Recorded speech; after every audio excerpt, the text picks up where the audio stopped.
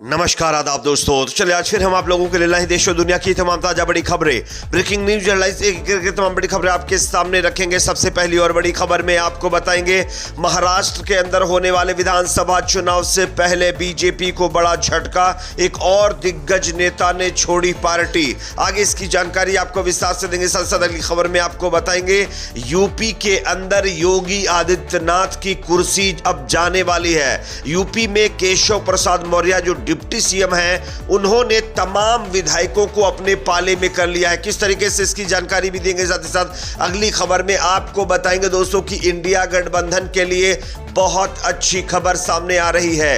एक और बड़ी पार्टी इंडिया गठबंधन का हिस्सा बनने जा रही है। आगे इसकी भी जानकारी देंगे। साथ ही साथ अगली खबर में आपको बताएंगे दोस्तों कि कांवड़ मार्गों पर मस्जिदों से हटने लगे तिरपाल। 24 घंटे में ही बैकफुट पर आया हरिद्वार प्रशासन। जिस तरीके से कांवड़ यात्रा को लेकर के हरिद्वार के अंदर मस्जिदों के ऊपर तिरपाल ढके गए थे, उसके बाद काफी विवाद हुआ और अब बताया जा रहा है कि जब विवाद बढ़ता देख तो उत्तराखंड की सरकार ने अपने फैसले को वापस लिया है। आगे इसकी भी जानकारी देंगे। साथ ही साथ अगली खबर में आपको बताएंगे दोस्तों कि नेतन्याहू को लगा बहुत बड़ा झटका। बताया जा रहा है कि गाजा के अंदर इजराइल और हमास के बीच चल रहे मुकाबले के बीच नेतन्याहू के खिलाफ आईसीसी के गिरफ्तारी वारंट को चुनौती अब ब्रिटेन नहीं देगा, जिसके बाद नेतन्याहू की मुश्किलें और बढ़ गई हैं। आगे इसकी भी जानकारी देंगे। साथ ही साथ अगली खबर में आपको बताएंगे दोस्तों कि रशिया के राष्ट्रपति व्लादिमीर पुतिन ने गाजा के हक में आवाज उठाते हुए तमाम वेस्टर्न कंट्रीज को फटकार लगाई है। किस तरीके से इसकी भी जानकारी देंगे। साथ ही साथ अगली खबर में आपको बताएंगे दोस्तों कि अमेरिका के कई इराक के अंदर सैन्य ठिकानों के ऊपर जबरदस्त रॉकेट हमले किए गए हैं। आगे इसकी तस्वीरें भी दिखाएंगे। उससे पहले छोटी सी रिक्वेस्ट करेंगे दोस्तों, अगर आप भी चाहते हैं गाजा में तुरंत सीजफायर होना चाहिए तो कमेंट सेक्शन में अपना फीडबैक जरूर दीजिए। इस वीडियो को ज्यादा से ज्यादा लाइक करिए, शेयर करिए। चैनल पर नए तो सब्सक्राइब करने के बाद बेल आइकन को प्रेस करना ना भूले। बात करेंगे पहली और बड़ी खबर की। जैसा कि आप जानते हैं कि महाराष्ट्र के अंदर आने वाले कुछ ही दिनों के बाद विधानसभा के चुनाव होने वाले हैं, लेकिन उससे पहले महाराष्ट्र में बीजेपी का एक और विकेट गिर गया है। महाराष्ट्र में विधानसभा चुनाव से पहले बीजेपी को बड़ा झटका लगा है। गोंदिया के पूर्व विधायक और भाजपा नेता रमेश कुथे उद्धव ठाकरे गुट यानी शिवसेना यूबीटी में शामिल हो गए हैं। पार्टी प्रमुख उद्धव ठाकरे की मौजूदगी में ये नेता पार्टी में शामिल हुए हैं। 2018 में रमेश कुथे ने शिवसेना छोड़ दी थी और बीजेपी में शामिल हो गए थे।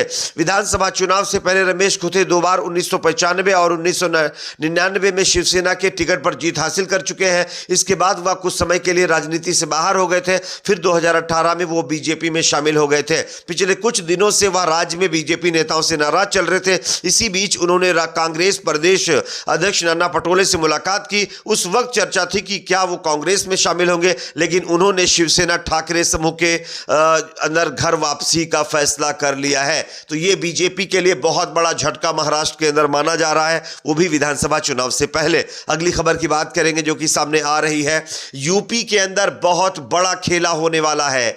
डिप्टी सीएम केशव प्रसाद मौर्य ने योगी आदित्यनाथ को बैकफुट पर लाकर खड़ा कर दिया। किस तरीके से आप स्क्रीन पर खबर देख सकते हैं। भारतीय जनता पार्टी के नेता और उत्तर प्रदेश के डिप्टी सीएम केशव प्रसाद मौर्य ने बीजेपी विधायकों को खास संदेश पहुंचा दिया है। मुख्यमंत्री योगी आदित्यनाथ से मुलाकात के बाद विधायकों ने केशव से मुलाकात की है। इस दौरान केशव ने विधायकों से कहा है कि 2017 के फॉर्मूले के तहत 2027 में सपा को हराया जा सकता है। केशव प्रसाद मौर्य ने विधायकों से कहा 2017 के मुताबिक ही सोशल इंजीनियरिंग करने और समाज के दबे कुचले वर्गों को प्रतिनिधित्व देने व उनकी बात सुनने को कहा है। यानी कि इस बयान के साथ केशव प्रसाद मौर्य ने अपने विधायकों के साथ एक और मीटिंग की है, जिसमें उन्होंने योगी आदित्यनाथ को कैसे साइडलाइन किया जाए इसकी चर्चा भी की है।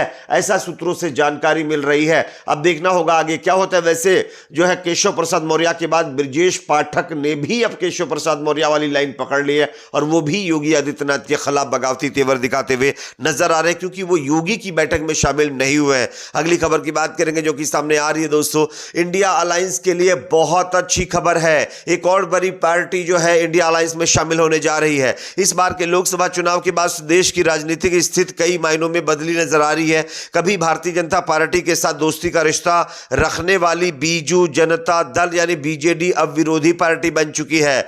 बताया जा रहा है कि अटकलें लगाई जा रही हैं कि बीजेडी की नजदीकियां इंडिया गठबंधन के साथ बढ़ रही हैं। ये अटकलों का बाजार यूं ही गर्म नहीं हुआ है। दरअसल बीजेडी के अध्यक्ष और उड़ीसा के पूर्व मुख्यमंत्री जो कि कभी बीजेपी के साथी हुआ करते थे, उन्होंने हालिया बजट को उड़ीसा विरोधी बताया है। उन्होंने दावा किया है कि केंद्र ने राज्य की वास्तविक चिंताओं को नजरअंदाज करने का काम किया, जबकि बीजेपी ने अपने घोषणा पत्र में उड़ीसा के लिए कई चुनावी वादे भी किए हैं। लेकिन बीजेडी को ऐसा लगता है कि वो जो बजट में बीजेपी दावा कर रही है वो पूरी तरीके से खोखला है और इसके चलते अब जो है बीजेडी इंडिया अलायंस के साथ शामिल हो सकती है, जो कि बीजेपी के लिए एक और बड़ा झटका होगा।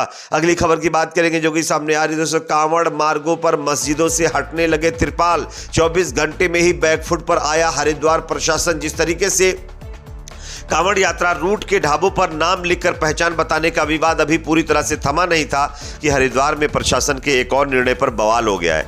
यहां कांवड़ रूट पर पड़ने वाली मस्जिदों और मजारों को तिरपाल से ढक दिया गया था। हालांकि अपने फैसले के 24 घंटे के अंदर ही हरिद्वार प्रशासन ने मस्जिदों और मजारों से तिरपाल हटवाना शुरू कर दिया है। शुक्रवार शाम के समय पुलिस के 2 जवानों ने कांवड़ यात्रा रूटों पर पहुंचकर मस्जिदों और मजारों के सामने लगे पर्दों को हटवाया है। यहां ज्वालापुर और रामनगर कॉलोनी स्थित मस्जिद और दुर्गा चौक के पास स्थित मजार के गेट पर बड़ा तिरपाल लगाया गया था। हालांकि इससे पहले कांवड़ यात्रा के दौरान मस्जिद और मजार को कभी नहीं ढका गया था। लेकिन जिस तरीके से आज हमारे देश में नफरत की राजनीति जन्म ले रही है, उसका ये आप एक तरीके से नजारा देख सकते हैं। लेकिन जब पूरे देश में इस तरीके से मस्जिद और मजार के ढके जाने का विरोध होने लगा, तब उत्तराखंड सरकार जागी और प्रशासन में हड़कंप मचा और उन्होंने अपने फैसले को वापस लेते हुए मस्जिद और मजारों से लगे तिरपालों को हटाना शुरू कर दिया है। अगली खबर की बात करेंगे जो कि सामने यहां पर आ रही दोस्तों।